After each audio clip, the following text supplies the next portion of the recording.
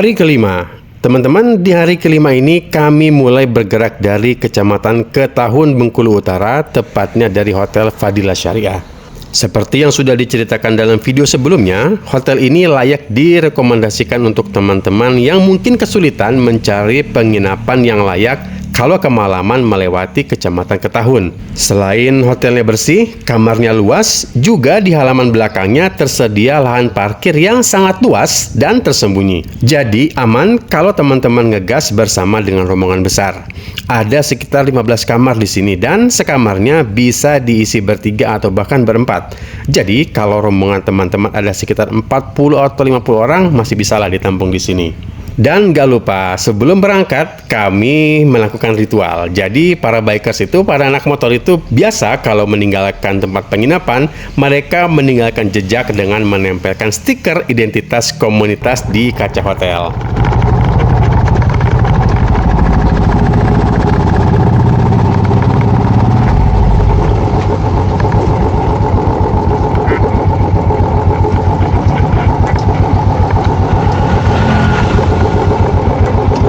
Tepat jam 8 pagi, kami mulai bergerak. Target tujuan akhir kami hari ini adalah Kota Painan di Provinsi Sumatera Barat, yang merupakan ibu kota dari Kabupaten Pesisir Selatan.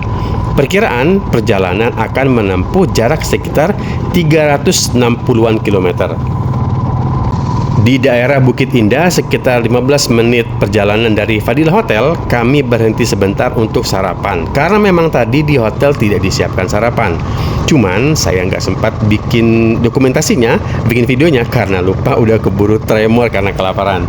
Seperti teman-teman yang bisa saksikan, memasuki kawasan Kenyapatan Sebelat, kami disuguhi pemandangan yang sangat luar biasa.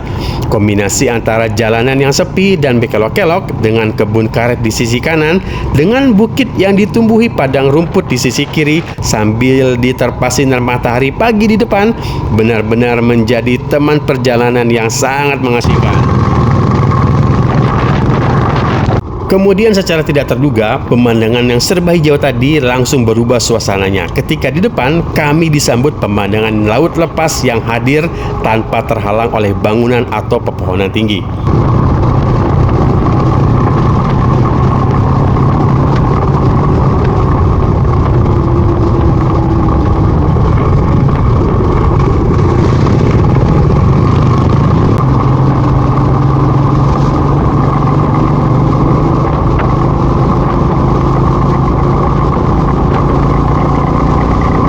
Dan sekitar 90-an kilometer atau sekitar 2 jam perjalanan dari Ketahun, kami rehat kembali buat ngopi dan sebat dulu di sebuah warung di Kecamatan Pondok Sugu.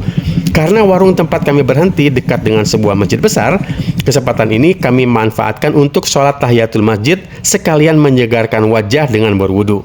Dan teman-teman, sebelum ngegas lagi kalau mampir ke masjid, mari kita budayakan berinfak ke masjid tempat kita singgah, karena sesuatu yang baik akan lebih baik lagi apabila diawali sesuatu yang baik juga.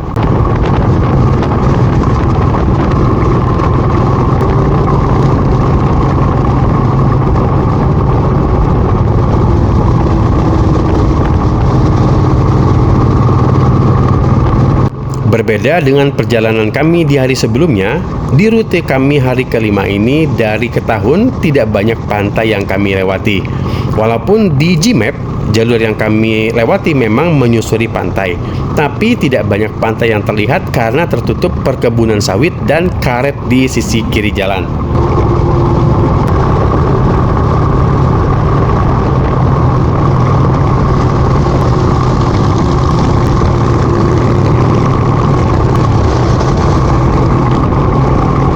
Akan tetapi saat memasuki Kecamatan Air Dikit, kami langsung kembali disambut dengan suasana pantai dengan trek yang sangat menggoda. Ya, di kawasan ini sekitar 20-an kilometer kami disambut dengan jalanan yang panjang dan lurus, yang membuat tangan saya tanpa terasa sudah membesut si Royal Enfield di kecepatan 120 km per jam.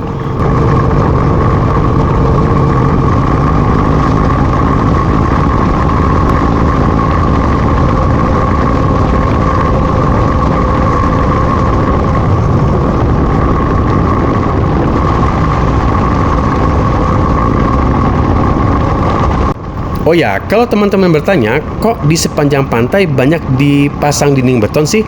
Jawabannya karena dinding beton tersebut berfungsi untuk mencegah abrasi yang lebih parah karena hantaman ombak besar dari Samudra Hindia.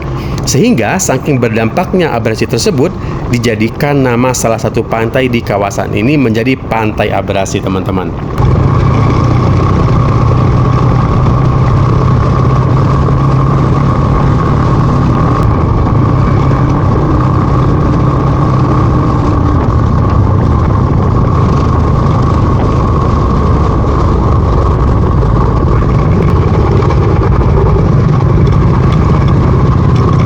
Setelah puas ngegas pol selama hampir 30 menit, kami masuk ke kota Mukomuko. Di kota ini kami kembali istirahat buat isoma di salah satu masjid tua di ibu kota Kabupaten Mukomuko, yaitu Masjid Jamik Al-Falah.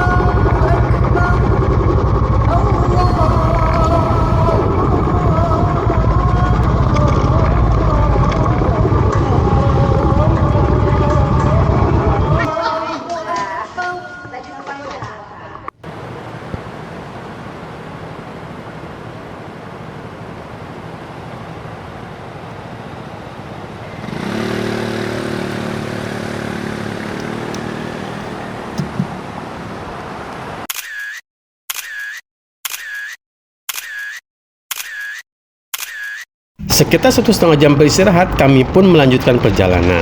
Nggak terlalu jauh dari tempat kami beristirahat, kami dikejutkan oleh sebuah fakta bahwa kota kabupaten ini ternyata memiliki bandara loh. Walaupun kayaknya masuk dalam kategori bandara kelas C atau bahkan D, yang cuma bisa didarati pesawat berbaling-baling, hal itu tidak menghapus keterkejutan saya bahwa kota ini ternyata memiliki sebuah bandara. Karena Mukomuko adalah kota yang berbatasan langsung dengan Provinsi Sumatera Barat, sekitar 30 menit perjalanan kami langsung keluar dari Provinsi Bengkulu dan mulai masuk ke Provinsi Sumatera Barat, tepatnya di Kabupaten Pesisir Selatan. Agak sedikit berbeda bila dibandingkan dengan Provinsi Bengkulu, khususnya Kabupaten Mukomuko yang relatif sepi. Di sepanjang perjalanan kami menuju Painan ini, lebih banyak rumah-rumah yang kami lewati. Hal ini wajar karena walau secara luas Kabupaten Pesisir Selatan lebih besar dibandingkan Mukomuko, tapi jumlah penduduknya lebih banyak, yaitu sekitar 500.000 jiwa. Pemandangan yang disuguhkan dalam perjalanan kami menuju kota Painan ini juga sedikit berbeda. Walaupun nama kabupatennya Pesisir Selatan, tapi tidak banyak pantai yang terlihat, teman-teman. Ini disebabkan karena hampir setengah rute yang kami lewati agak lebih ke tengah yang menjauh dari pantai.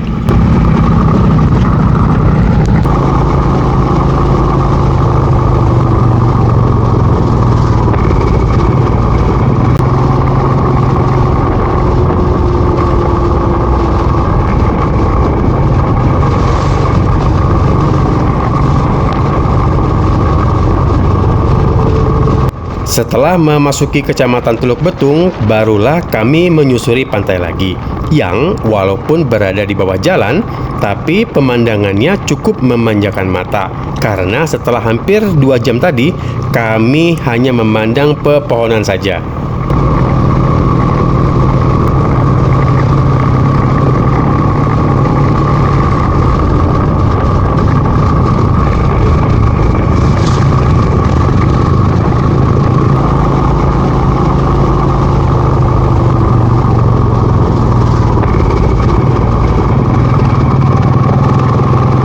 Dan akhirnya sekitar pukul 18 kami pun tiba di kota Painan, ibu kota Kabupaten Pesisir Selatan.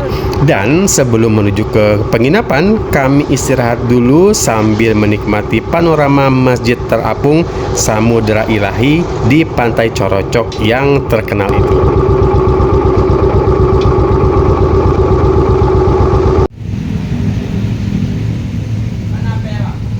Ada ntar.